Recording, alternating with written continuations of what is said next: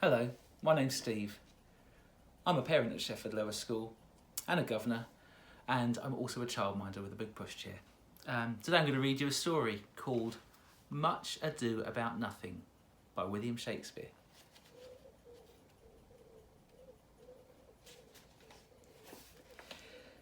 In the house of Leonato, governor of Messina, all was fuss and flutter.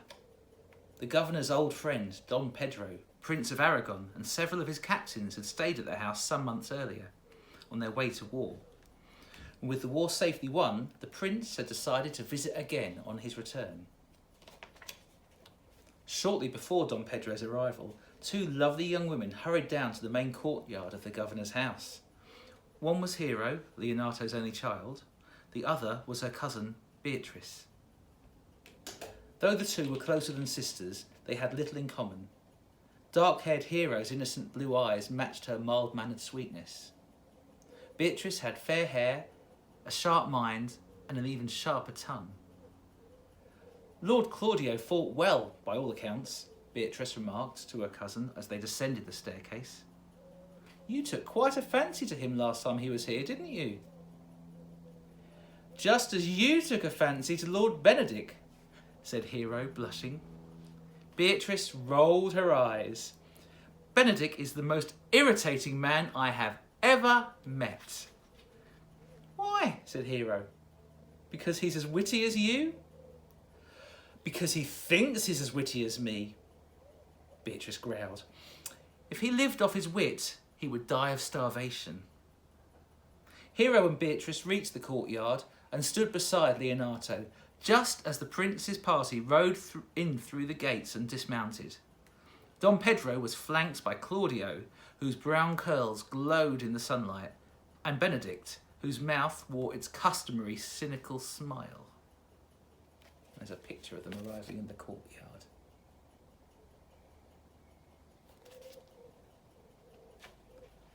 Behind them came Don John, the prince's half-brother, with his servant Borachio. After embracing Leonato, Don Pedro stared in wonder at Hero. You've grown so tall while I've been away, he exclaimed. Hero, who was gazing at Claudio, who was gazing back at her, made no reply. Or have we grown shorter, my lord? Quipped Benedick. Perhaps the heavy armour we've been wearing has squashed us. Why are you prattling on, Benedict? No one's listening, Beatrice said sharply. Benedict mocked her with a bow. Ah, young Lady Beatrice, as scornful as ever. That's hardly surprising, Beatrice said. When I'm with you, I see so much to be scornful of. And she turned away to follow Don Pedro and her uncle into the house. Benedict nudged Claudio in the ribs. Pity the man who marries her, eh? Claudio, he chuckled. Claudio? Claudio? Claudio was glassy-eyed. Did you see Hero, he murmured. Yes, pretty girl. Not as pretty as her cousin, but Hero is the most beautiful person in the world, Claudio sighed. Benedict peered closely at his friend. You haven't fallen in love, have you? Head over heels, Claudio groaned. Ha, scoffed Benedict. You'll be telling me you want to marry Hero next. Oh, if I don't, I shall never be happy again, Claudio said gloomily. Don Pedro appeared at the door. What's keeping you both, he inquired. Claudio is in love with Hero and wants to marry her, declared Benedict. My lord, the day you hear that I wish to marry, set me up as a target and shoot me with arrows. Is this true, Claudio? The prince said. Yes, said Claudio. I didn't notice Hero before because I could think only of the war, but now I have seen her beauty, I can't live without her. What shall I do, my lord?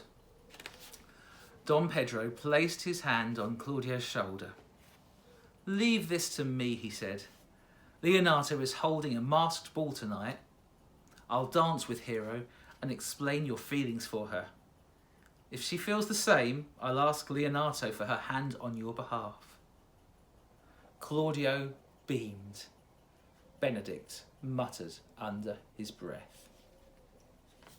So, if you want to find out whether Claudio and Hero end up together, I suggest you find this book, Much Ado About Nothing, and I'm sure it's in the library. Have a lovely day. Thanks for listening, everybody.